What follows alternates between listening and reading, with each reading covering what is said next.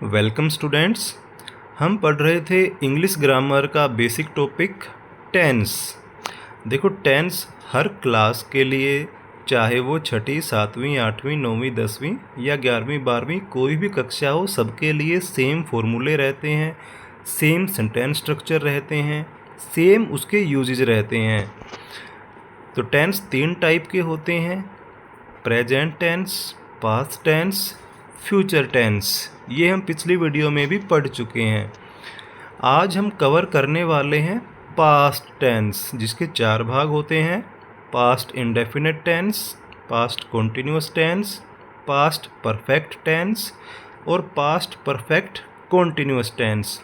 आज की वीडियो में हम सबसे पहले भाग को कवर करेंगे, जिसका नाम है पास्ट इंडेफिनिट टेंस। तो पास्ट इंडेफिनिट टेंस की पहचान क्या होती है? सबसे इम्पोर्टेंट पार्ट होता है सेंटेंस स्ट्रक्चर को पहचानना और ये जानना कि ये किस टेंस का भाग है। तो इसकी पहचान देखते हैं। इसके वाक्य को हिंदी में ट्रांसलेट करने के बाद वाक्य के अंत में था, थी, थे या ये आता है। यानी कि जब किसी वाक्य को, इंग्लिश सेंटेंस को हिंदी में ट्रांसलेट किया जाएगा तो उसके लास्ट में था, थी, थे या ये आएंगे। जैसे कि एक वाक्य को ट्रांसलेट करके देखते हैं। I played cricket yesterday. कल मैंने क्रिकेट खेला था। देखो, वाक्य के लास्ट में आया है था।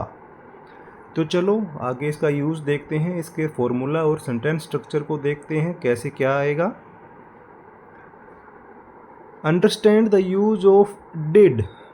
इसको शुरू करने से पहले हमें डिड का प्रयोग जान लेना है, क्योंकि इसका प्रयोग जब पास्ट इंडेफिनिट टेंस के सेंटेंसेस को नेगेटिव या इंटेरोगेटिव स्ट्रक्चर दिया जाएगा तो हर सेंटेंस में डिड का प्रयोग होगा। तो पहले ही जान लेते हैं डिड क्या है, कहाँ से आया है।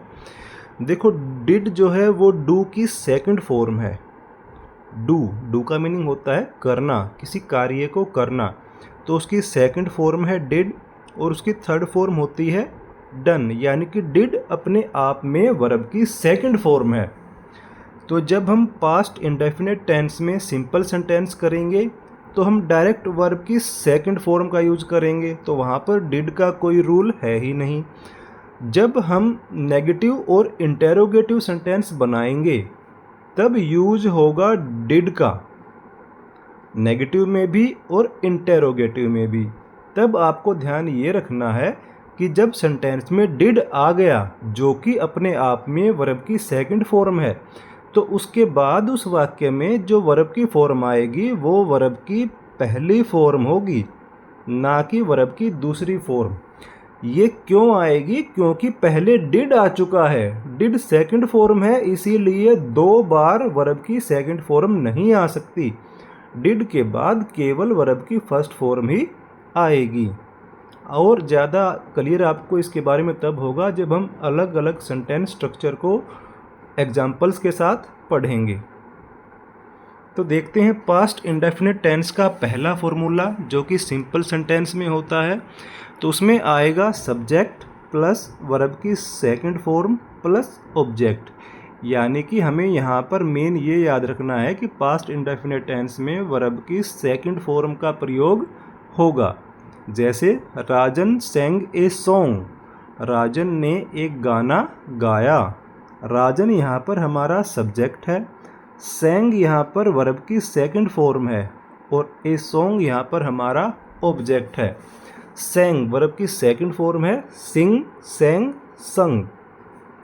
दे wrote a letter to the president, उन्होंने राष्ट्रपति के नाम एक लेटर लिखा था।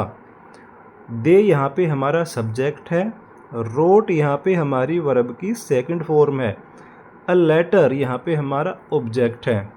तो आपको ध्यान ये रखना है, यहाँ पर चाहे सब्जेक्ट सिंगुलर है या प्लूरल है, उसका वर्ब की सेकंड फॉर्म के ऊपर कोई इफ़ेक्ट नहीं पड़ता है।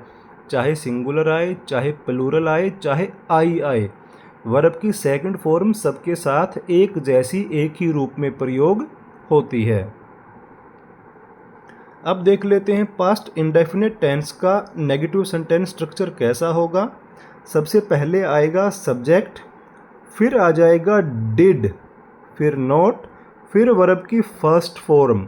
अब यहाँ पे जो मैंने आपको 2 स्लाइड पहले समझाया था वो फॉर्मूला यहाँ पर यूज हो रहा है, यानी कि डिड वर्ब की सेकंड फॉर्म है, वो यहाँ पर आ गई पहले ही, उसके बाद आया नोट, इसीलिए उसके बाद यहाँ पे वर्ब की पहली फॉर्म आएगी, यहाँ पे वर्ब की सेकंड फॉर्म नहीं आएगी, और लास्ट में आएगा ऑब्जेक्ट।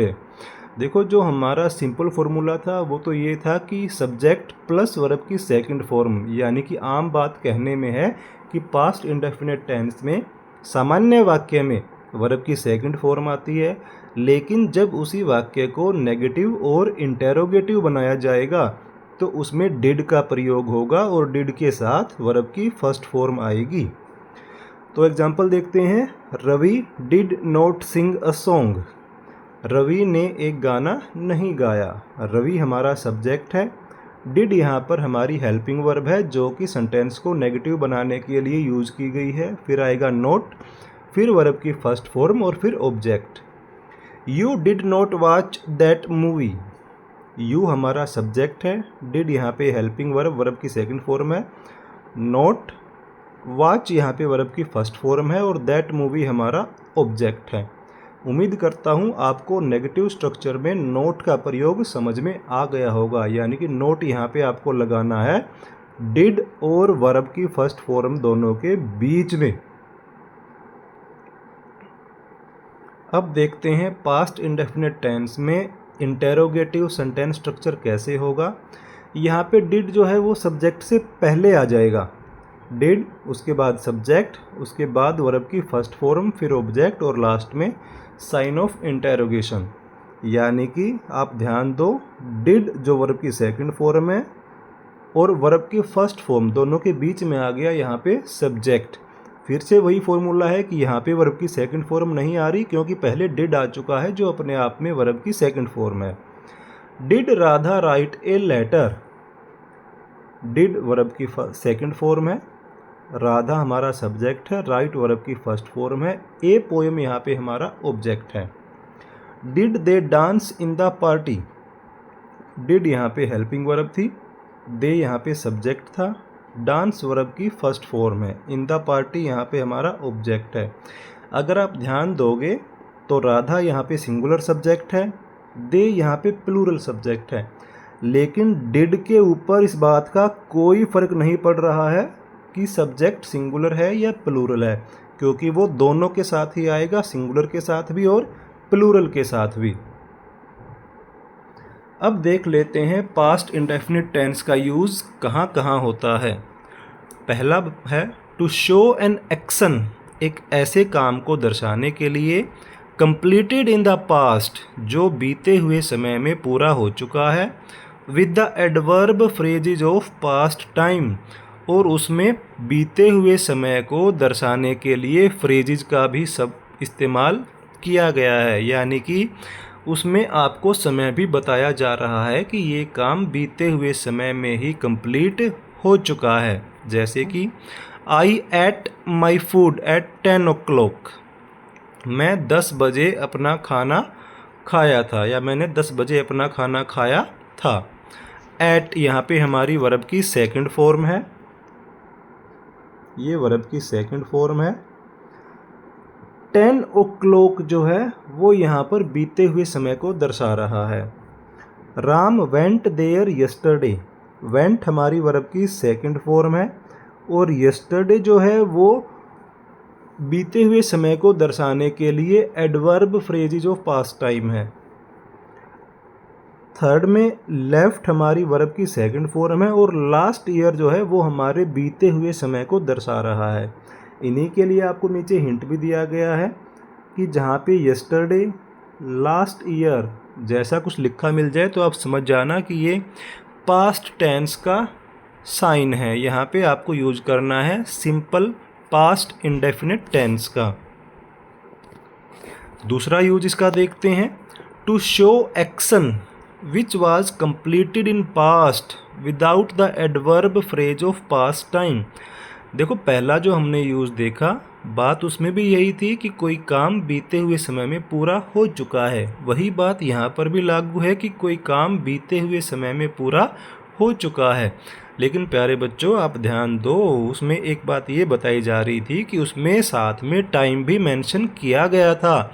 लेकिन इस टाइप में यहाँ पर साथ में टाइम का मेंशन नहीं किया जा रहा। इन सच sentences टाइम में B indicated by the context. ऐसे वाक्यों में हमें अपने आप समझना होता है कि कौन सा समय था। जैसे कि एक एग्जाम्पल देखते हैं, I lived in Udaipur for 2 years। मैं 2 साल तक उदयपुर में रहा था। यानी कि इसका मतलब ये है मैं 2 साल पहले कभी रहा होऊंगा, लेकिन अब मैं वहाँ पर नहीं रह रहा हूँ। नॉट लिविंग नाउ साथ में दिया हुआ है कि मैं अब नहीं रह रहा, पहले रहता था। इंडिया डिफीटेड पाकिस्तान इन कारगिल वॉर। यानी कि भारत ने पाकिस्तान को कारगिल वॉर में हराया था। We owned that house for 3 years। हम 3 साल तक उस घर के मालिक थे। डोंट ओन नाउ लेकिन अब नहीं है। यानी कि इन वाक्यों में ज़रूरी नहीं होता कि आपको हमेशा समय भी मेंशन किया हुआ मिले कि ये बात कौन से बीते हुए समय की है। कई बार आपको उसका अंदाज़ा लगाकर भी समझना होगा कि ये उस समय की बीती हुई बात है। तीसरा यूज इसका देखते हैं, to indicate an action in a finished period of time. यानी कि एक समय के अंदर, एक समय अवधि के अंदर कोई काम ख़त्म हो चुका था, उसको दर्शाना है। I drank 2 cups of coffee this morning.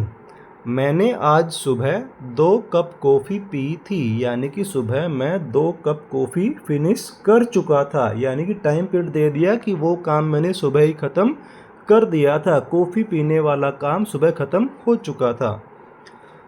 दूसरा एग्जाम्पल है, When I was in Delhi, I never went to see the Red Fort। जब मैं दिल्ली में था तो मैं कभी भी लाल किला देखने नहीं गया। यानी कि मेरा वो टाइम वहाँ पर ख़त्म हो चुका जब मैं दिल्ली में रह रहा था। वो टाइम पीरियड एंड हो चुका वहीं पे, और उस समय मैंने लाल किला नहीं देखा। यानी वो एक्शन हुआ या नहीं हुआ, लेकिन वो टाइम फिनिश हो चुका है। इसीलिए यहाँ पे भी प्रयोग होगा पास्ट इंडेफिनिट टेंस का, यानी कि वर्ब की सेकंड फॉर्म का। यहाँ पे आप देखोगे ये रही वर्ब की सेकंड फॉर्म वेंट, यहाँ पे रही ड्रैंक। हमेशा ये ध्यान मत रखना कि कहीं घूमते घूमते रह जाओ कि मैं यहाँ देख रहा हूँ, यहाँ देख रहा हूँ, यहाँ पे तो वर्ब की सेकंड फॉर्म मिली ही नहीं, कहाँ गई। अरे भाई सेंटेंस के आगे भी तो देखो, क्या पता सेंटेंस के 2 भाग हों। जहाँ पे कोमा लगा है वहाँ तक पहला भाग है, कोमा के आगे सेंटेंस का दूसरा भाग है। क्या पता उस दूसरे भाग में आपको यहाँ पे जाके वर्ब की सेकंड फॉर्म मिल जाए। तो ये थी आज की वीडियो पास्ट इंडेफिनिट टेंस के बारे में। अगर आपने अभी तक चैनल को सब्सक्राइब नहीं किया है तो बच्चों चैनल के नीचे जहाँ पे लिखा है सब्सक्राइब बटन, उस बटन को ज़रूर दबाना है ताकि आने वाली वीडियो की जानकारी भी तुम्हें जल्दी से जल्दी मिलती रहे, ताकि तुम अपना सिलेबस और कंटेंट पूरा कर पाओ। अगर कुछ समझ में नहीं आया तो वीडियो को दोबारा देख सकते हो। Thank you.